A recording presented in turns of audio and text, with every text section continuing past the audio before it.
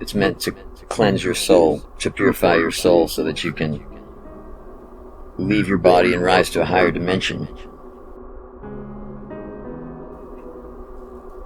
Some things that I say may sound slightly cynical. Cynicism is part of our nature, and just as every other part of our nature, it's useful. God made it. God made us in His image. Life is a school, death is a graduation, but it's more than that. The path that you take in life was created before you, is divinely yours, no one else's. Don't cast judgment on me, because you don't know me.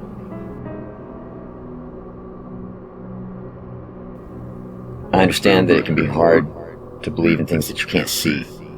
Just because you can't see something and you can't measure it doesn't mean it's not real. And the miraculous nature of God's divine creation is all around us. None of this really matters anyway, because if you're a true believer, shouldn't you believe in predeterminism? You know, God's got a plan for your life, they say, right? Then why are you trying to change it? If He's got a plan for your life, doesn't He have a plan for the life of the person who you're trying to convince otherwise? Everyone treats God like He's Santa Claus, and every prayer is like a to-do list or something. Like He doesn't already know what's happening. He doesn't already know what to do. You should love yourself, and you should love one another, and you should love the people that you're concerned about. Make sure to not treat God like a servant.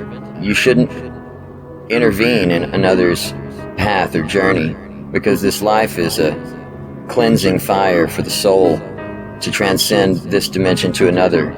It's not a physicality. It's something we can't conceive. We don't have the framework in our consciousness to be able to conceive of realms beyond this dimension. So as you continue to try to do that, what you're doing is you're creating an idea which is more and more fanciful. What if, when you die, the peace comes from not having to count yourself as a physical being, as an individual part of something, as a person? What if you are returning to a collective? Once was one God, you know? We're all a piece of God. And the more we try to understand Him, the less and less we do. Everybody wants to demonize Satan, which is funny. He plays a really vital role in the cleansing of our souls and our transcendence to a higher dimension. There has to be a challenge. He's doing what God made him to do. Do you think that God said, oh, whoops, maybe you should think about it like this? He was meant to fall. Who put him in the garden? Do you think he snuck in? God put him there. Whether we sin or not sin, it's God's will. Whether we fall from grace or become a virtuous person, it's God's will. So Anton LaVey was supposed to found the Church of Satan. You know why? Why do they say bad things happen to good people and good things happen to bad people? It's because they're supposed to. This is not supposed to be easy. You know, you can't just give somebody a book. When you talk to another person, you shouldn't assume what's within them. You shouldn't assume what they might or might not know. They may not know anything. They may know more than you. If you try to influence another, try to change the path of another's future, you're not doing anything. It's already done. All of this was supposed to happen for a reason. And the more you try to tie other dimensions to physicality in this dimension and try to convince people to believe in it as such, the farther you're driving them away from God. So, first of all, I don't appreciate someone judging me, telling me what a true believer would do, as if I could choose to believe or not to believe. Think before you speak. That's why God put a brain in your head. And I'm not going to judge you for doing what you feel you should do. I think everyone should do what they feel they should do. But what I feel that I should do is not force my beliefs upon anyone else, but let them make their own decision. It doesn't mean do nothing. It's not non-action. It's non-forcing. There's a difference between non-action and non-forcing.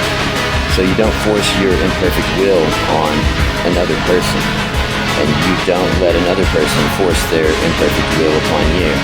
That's why I get so angry when people try to tell me what to do. It makes me very angry. And it's because it's not right. It goes against the nature of God. God is love.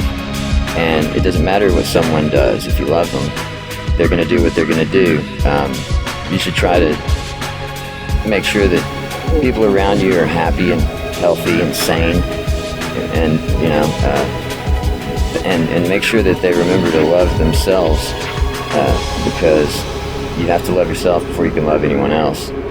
But if you look into Anton LaVey's philosophy, his philosophy was, if it doesn't hurt anybody, do what you want. Well, anybody includes you. So I think we need to reevaluate this whole thing. I don't think any of us know anything, really. We don't need to take the words of some dying person who was probably under the influence of God knows what kind of medication, saying a couple of phrases and then relate that to, well, he must be being dragged to hell right now. I don't think that's right. I think that's judgment.